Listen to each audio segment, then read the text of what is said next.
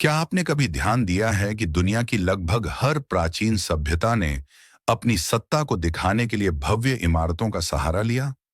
मिस्र में विशाल पिरामिड खड़े किए गए, रोम में आलीशान महल और कोलोसियम बने, चीन में ऊंचे शाही किले और दीवारें बनाई गईं।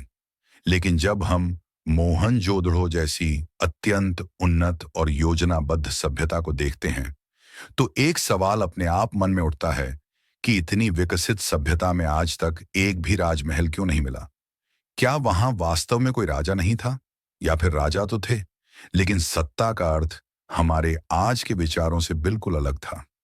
इतिहास हमें यह सिखाता है कि जहां भी राजतंत्र रहा है, वहां सत्ता को छिपाया नहीं गया, बल्कि खुले रूप में प्रदर्शित किया गया।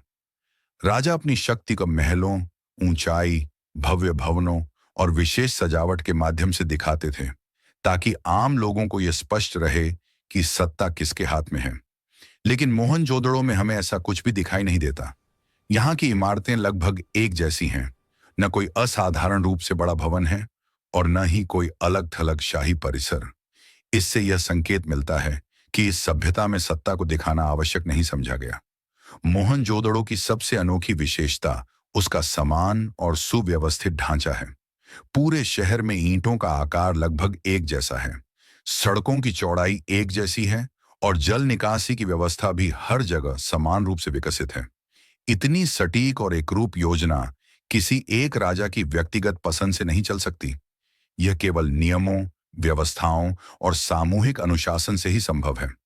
राज्य की सबसे प्रसिद्ध संरचना ग्रेट बाथ है, लेकिन ध्यान देने वाली बात यह है कि यह किसी राजा का निजी स्नान घर नहीं था।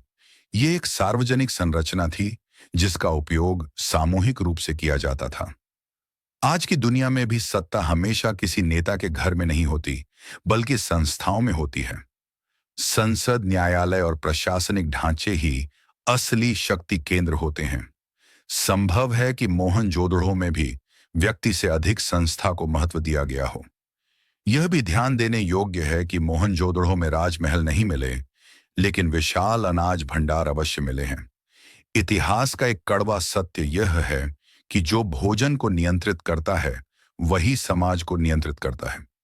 यहाँ शक्ति तलवार या सिंहासन में नहीं, बल्कि अर्थव्यवस्था और संसाधनों के नियंत्रण में थी। पूर्ण दृष्टिकोण यह हो सकता है कि मोहनजोदड़ो के शासक सामान्य घरों में रहते हों। आज भी दुनिया के कुछ देशों में नेता साधारण जीवन जीते हैं, लेकिन उनकी व्यवस्था अत्यंत मजबूत होती है। हो सकता है कि इस सभ्यता में सत्ता का प्रतीक कोई भव्य इमारत नहीं, बल्कि जिम्मेदारी और अनुशासन रहा हो। इसके साथ ही हमें यह भी स्वीकार करना होगा कि पुरातत्व की अपनी सीमाएं होती हैं। मोहनजोदड़ो का केवल 10 से 15% हिस्सा ही अब तक खुदाई में सामने आया है। इसीलिए यह कहना कि वहां राजमहल थे ही नहीं, पूरी तरह वैज्ञानिक निष्कर्ष नहीं है। संभव है कि आने वाले समय में और तथ्य सामने आए। अंत में सवाल यह नहीं है कि मोहनजोदड़ो में राजमहल क्यों नहीं मिले, बल्कि असली सवाल यह है कि क्या हम आज भी सत्ता को केवल बड़े घरों और ऊंची इमारतों से मापते हैं, या फिर एक मजबूत व्यवस्था को ही सच्ची शक्ति मानते हैं।